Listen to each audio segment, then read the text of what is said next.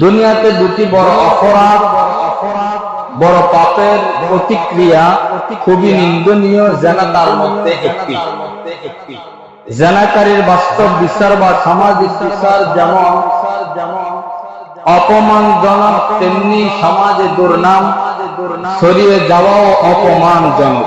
কাজেই জেনাকারী ইহকালেও ক্ষতিগ্রস্ত, পরকালেও ক্ষতিগ্রস্ত হয়ে থাকে।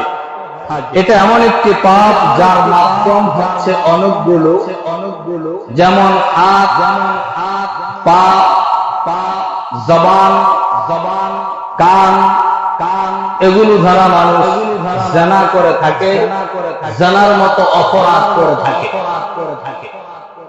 আল্লাহ সুবহানাহু ওয়া তাআলা এই সম্পর্কে কোরআনুল কারীমে সূরাতুল বনী ইসরাঈলের 32 নম্বর আয়াতে ঘোষণা দিলেন, ওয়ালা তাকরাবুজ জিনা।